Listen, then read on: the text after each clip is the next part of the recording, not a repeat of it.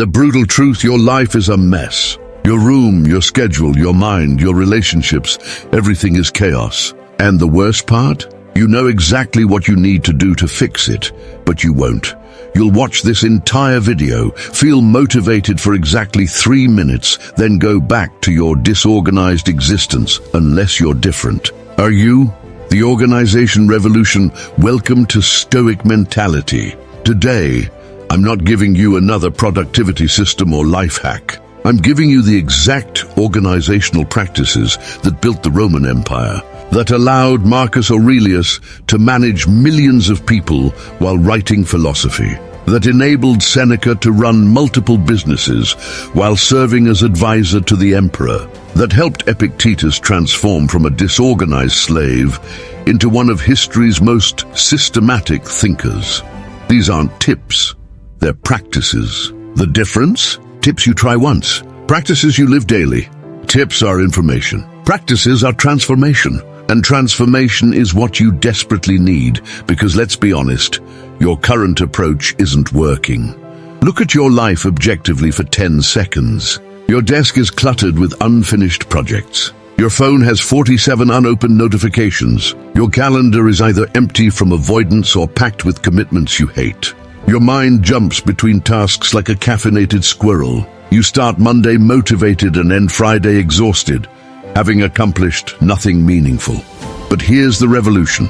Organization isn't about color-coded calendars or perfect filing systems. The Stoics understood that true organization starts in the mind and radiates outward. When your thoughts are organized, your actions follow. When your values are clear, your priorities align.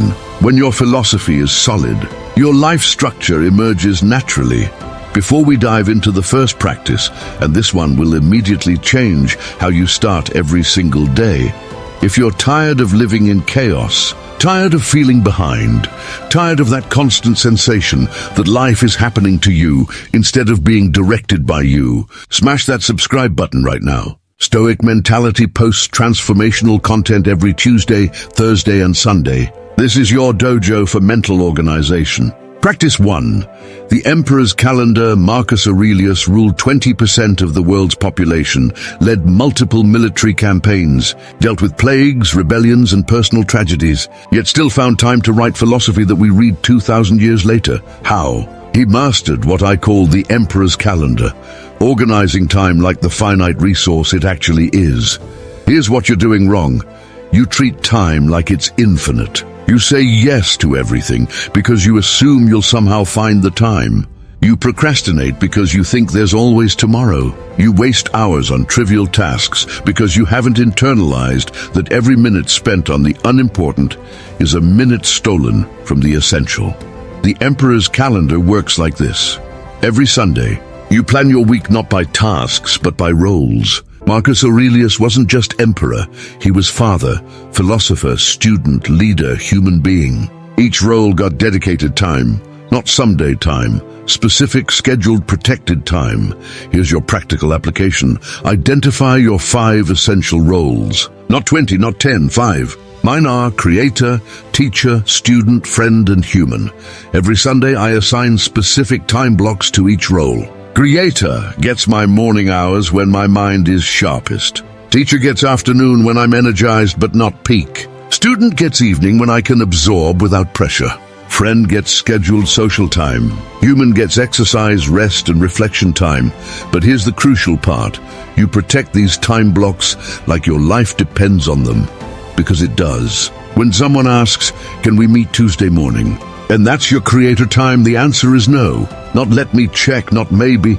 No, you wouldn't skip a meeting with Marcus Aurelius, so why skip a meeting with your essential self? The transformation is immediate. Within 1 week of implementing the emperor's calendar, you'll accomplish more meaningful work than you did in the previous month. Why?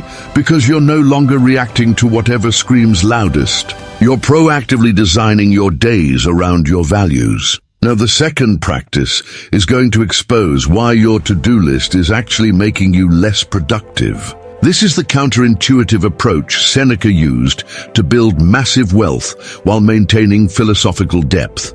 Practice 2, the essential extraction. You have a to-do list with 47 items on it. You feel productive adding tasks, anxious seeing them accumulate, and defeated when you transfer the same items week after week. Here's the Stoic truth. Your to-do list is a procrastination tool disguised as a productivity system. Seneca, one of Rome's wealthiest men, had a different approach: the essential extraction. Every morning he asked one question: what is the one thing that, if completed today, would make everything else easier or unnecessary? Not 3 things, not 5 things, one thing. This is harder than it sounds because it requires brutal honesty. That email you've been avoiding that's causing cascade delays? That's probably your one thing. That difficult conversation poisoning your relationship? That's your one thing. That big project you keep pushing to tomorrow? That's your one thing. Here's how to implement the essential extraction. Each night before bed, write down everything you think you need to do tomorrow. Brain dump completely. Then apply the Seneca filter. If I could only do one thing tomorrow before dying, what would create the most value? Circle that item. That's your essential task. Now here's the discipline. You do that one thing first, before email, before coffee, before anything else. You don't move to task 2 until task 1 is complete. Period. No exceptions. No negotiations, but it goes deeper. After completing your essential task, you ask, do I even need to do anything else today? Often the answer is no. The essential task unlocked or eliminated other tasks. That difficult conversation resolved 3 other problems. That avoided email cleared 7 dependencies. That big project progress made 5 small tasks irrelevant. This isn't minimalism for minimalism's sake. It's recognition that 80% of your results come from 20% of your efforts, but most people spend 80% of their time on the meaningless 80% of tasks. The essential extraction forces you to identify and execute the vital 20% first. I've been practicing this for 3 years. My traditional to-do list had 30-50 items daily. Now I complete one essential task and often stop there. The result? I accomplish more, stress less, and have abundant time for reading, thinking, and living. My business has tripled while my working hours have halved. The third practice will revolutionize how you make decisions. This is the framework that allowed Epictetus to maintain clarity even as a slave, with no control over his external circumstances. Practice 3, the binary decision system. You spend hours agonizing over decisions that don't matter and seconds on decisions that define your life. You research restaurants for date night more thoroughly than you chose your career. You comparison shop for phones more carefully than you select friends. Your decision-making process is broken, and it's exhausting you. Epictetus, despite being a slave with virtually no external freedom, developed perfect decision clarity through what I call the binary decision system. Every choice became simple. Does this lead toward virtue or away from it? Does this increase my wisdom or diminish it? Is this within my control or outside it? Binary, yes or no. Not maybe, not it depends, not let me think about it. The Stoics understood that decision fatigue comes from creating false complexity. Most decisions aren't complex. We make them complex to avoid responsibility for choosing. Here's your implementation. Create 3 binary filters for every decision. Filter 1, the control check. Is the outcome of this decision within my control? If no, decide quickly and move on. Spending time on uncontrollable outcomes is insanity. Filter 2, the value alignment. Does this align with my stated values? If you claim family is your top priority, but you're considering another weekend work commitment, the answer is clear. Filter 3, the future self-test. Will my future self thank me for this decision? Not tomorrow's self who wants to sleep in, but next year's self who has to live with the consequences. Let me show you this in action. Last week, I was offered a lucrative partnership that would have doubled my revenue. Old me would have spent weeks analyzing, creating spreadsheets, asking for advice. Instead, I ran it through the binary system control check. Can I control the partnership's success? Only partially. Value alignment.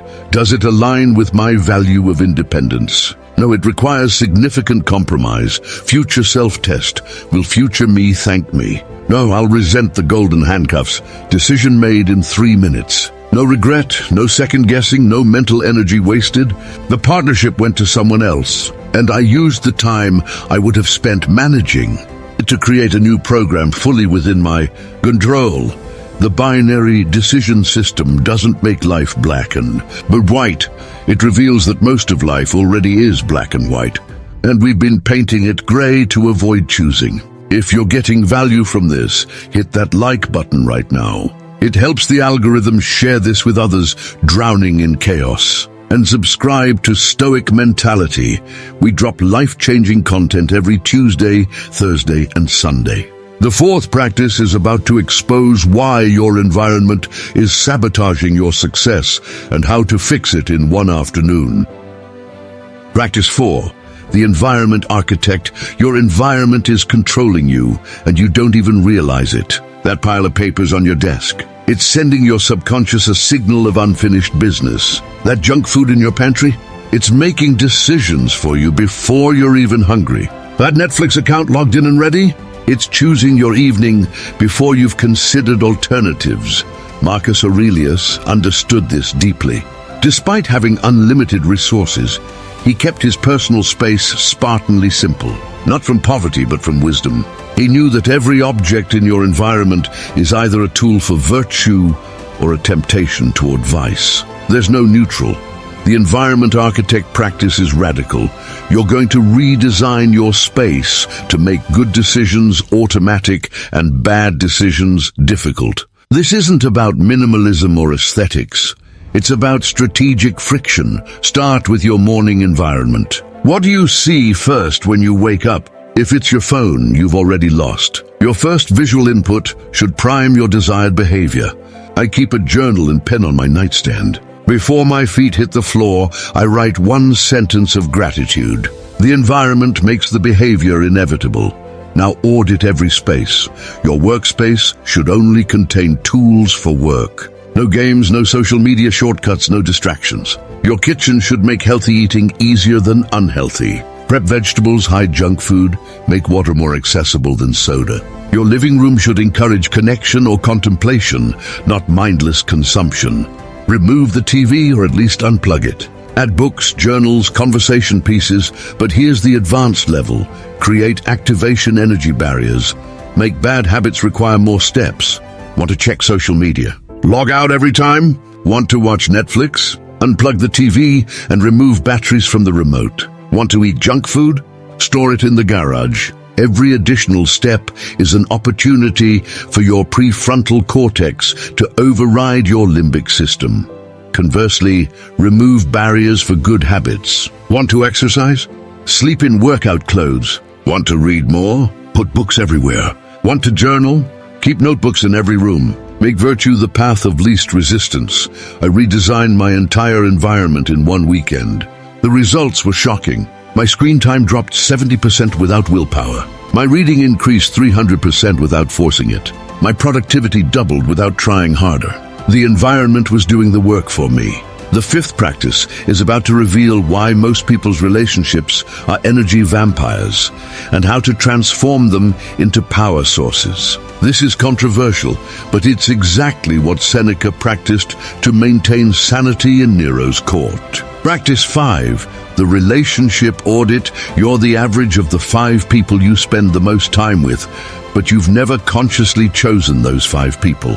They chose you through proximity, history, or obligation. And now they're dragging you down, and you're too polite to admit it. Seneca navigated the most toxic environment imaginable, Nero's imperial court, while maintaining his virtue and sanity. Out through ruthless relationship organization, he understood that every relationship either elevates or diminishes you. There's no neutral. The relationship audit is brutal but necessary. List everyone you spent time with last month. Next to each name, write one of 3 symbols. They elevate you, they diminish you, or neutral transactional. Be honest, that friend who only calls when they need something, that colleague who constantly complains, that family member who guilt trips you. Now here's the hard part. You must decrease time with people and increase time with people. This isn't cruel, it's necessary. You can't help others from a position of depletion. You can't inspire from a place of negativity. You can't lead while being dragged down. But here's what most people miss. This isn't about cutting people off dramatically. It's about strategic boundaries. That negative colleague? Limit interactions to necessary work discussions. That draining friend? Move from weekly drinks to monthly coffee. That guilt-tripping relative? Scheduled phone calls instead of random emotional ambushes. Simultaneously, actively invest in relationships. That mentor you admire but rarely contact? Schedule monthly meetings. That friend who challenges you to grow? Make them your workout partner. That colleague who radiates positivity? Invite them to lunch. The transformation is immediate. Within 30 days of implementing the relationship audit, my anxiety decreased 50%, my energy increased dramatically, and paradoxically, I became more helpful to others. Why? Because I was operating from abundance, not depletion. Here's the Stoic secret. You don't owe anyone your mental health. You don't owe anyone access to your peace. You don't owe anyone the right to diminish your progress. Your first duty is to maintain your own virtue, and you can't do that while swimming in toxicity. Practice 6 is about to expose the morning routine mistake that's sabotaging your entire day.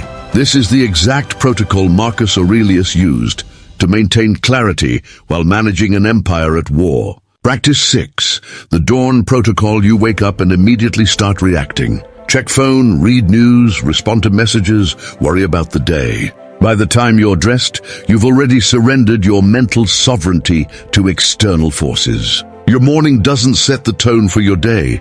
It reveals that you have no tone, just noise.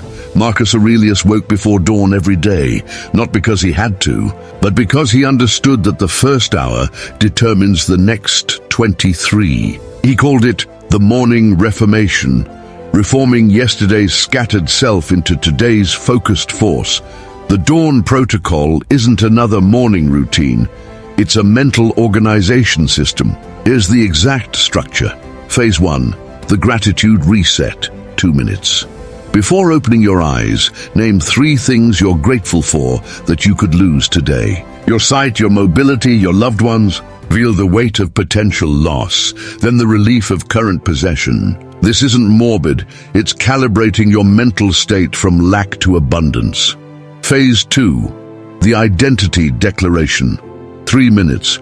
Write 1 paragraph answering, who am I choosing to be today? Not what you'll do, but who you'll be. Today I am a patient father, a focused creator, a disciplined student.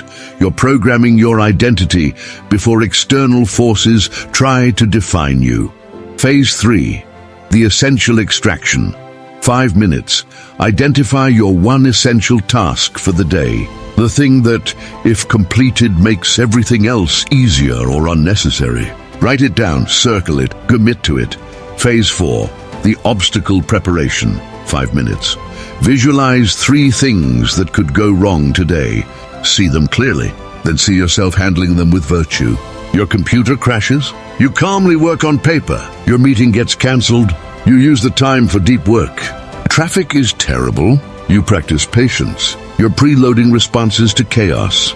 Phase 5, the value reminder, 2 minutes. Read your personal value statement. Mine, I value wisdom over wealth, progress over perfection, service over success.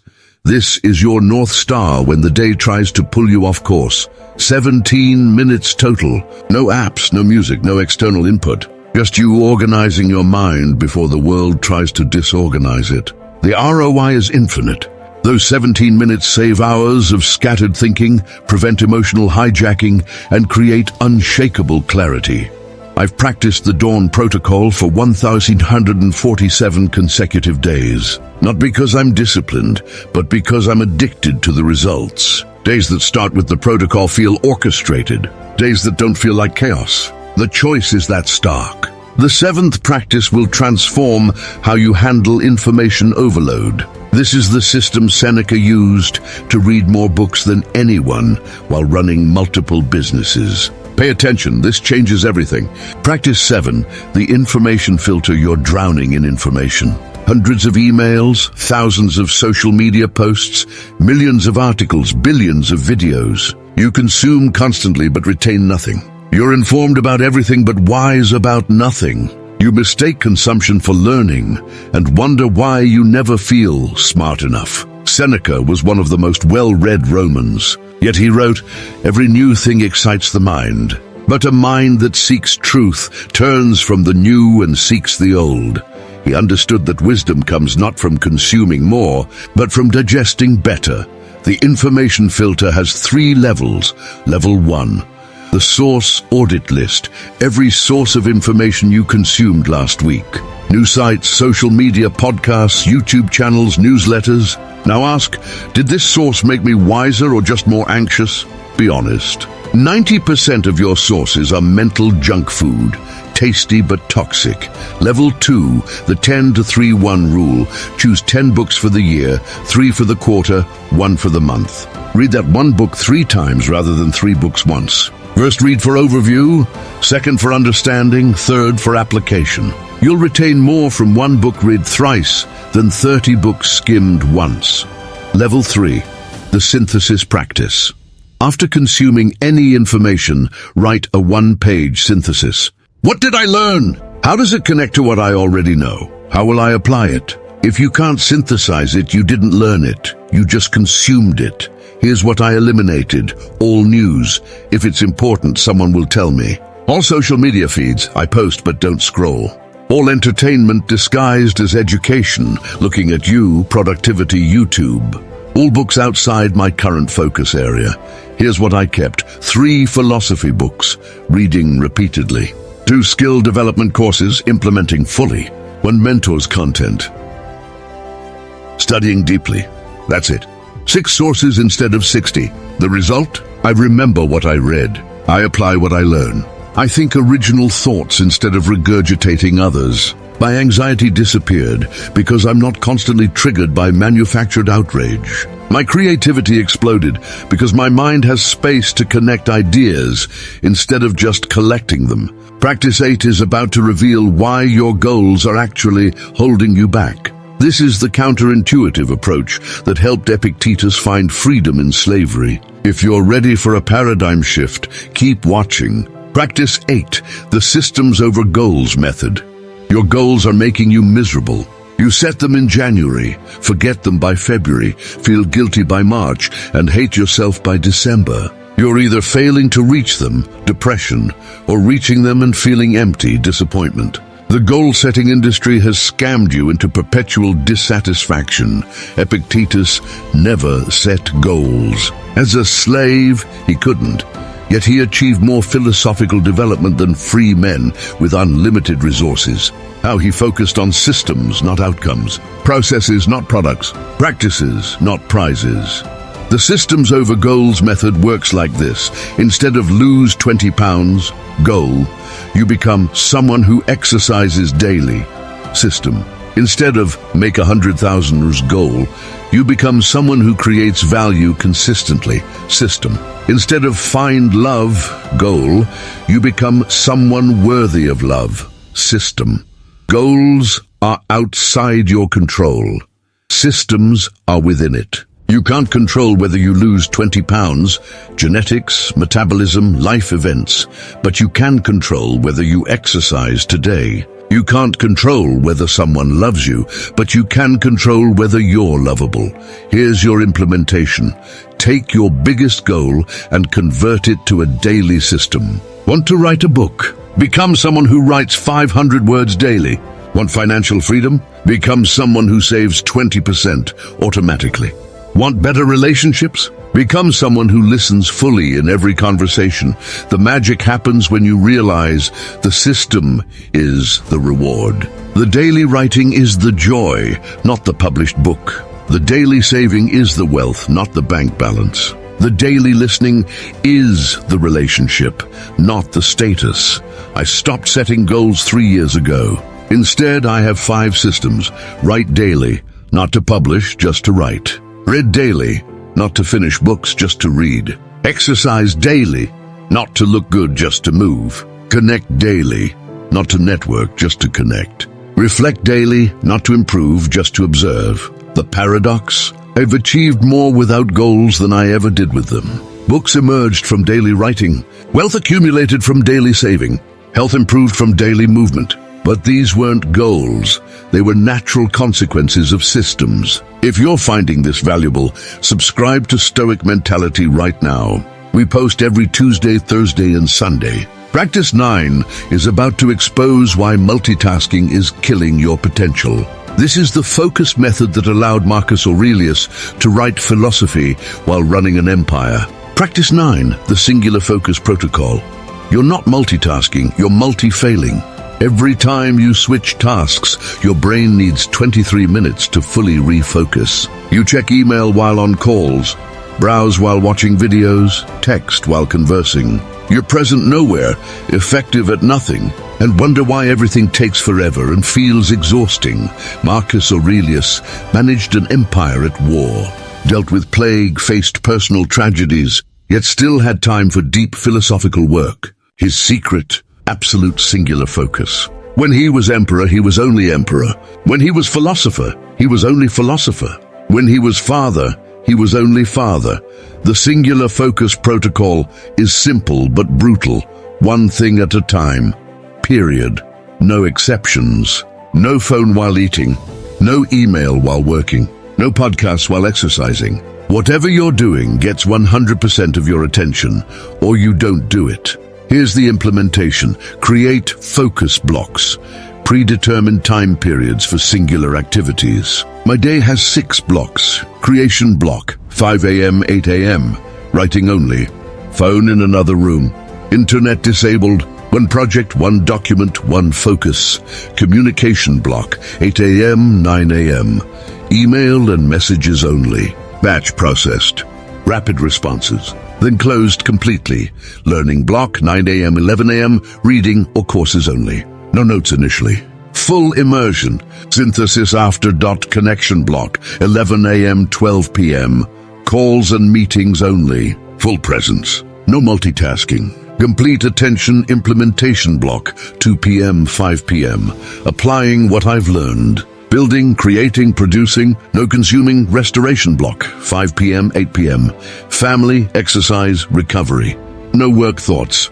No productivity. Just being. The first week will be torture. Your brain, addicted to stimulation variety, will scream for distraction. Push through. Week 2 gets easier. By week 3, you'll experience something magical, flow state. That mythical zone where time disappears and excellence emerges. My productivity tripled with this protocol. Not because I worked more hours, but because I actually worked during work hours. A 3-hour focused block produces more than 8 hours of distracted effort.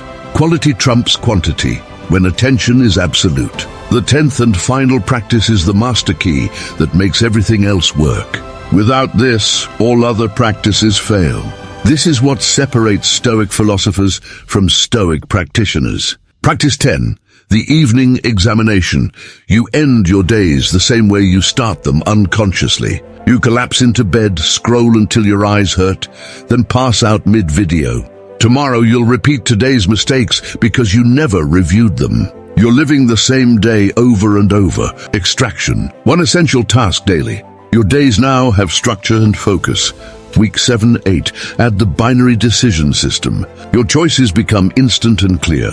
Continue adding one practice every 2 weeks. By week 20, you have all 10 integrated. Not as burdens, but as habits. Not as additions to your life, but as your life. The key is starting today with just one practice. Not all 10, not 5, 1. I recommend the Dawn Protocol because mornings set everything else. But pick whichever resonates most. The important thing is starting. You now possess 10 practices that can completely reorganize your life. But possession without practice is pointless. So here's what you do right now. First, subscribe to Stoic Mentality immediately. Hit the notification bell. We post transformational content every Tuesday, Thursday, and Sunday. This isn't entertainment. This is your education in living. Second, like this video and share it with one person whose life is chaos. You know someone drowning in disorganization, overwhelm, and confusion. Send them this lifeline. Third, comment below with the one practice you're starting tomorrow. Public commitment creates accountability. Tell us, I'm starting with practice name tomorrow. Watch how many others join you. Fourth, screenshot this video or save it. You'll need to reference these practices repeatedly as you implement them. This isn't a one-watch video, it's a manual for life organization.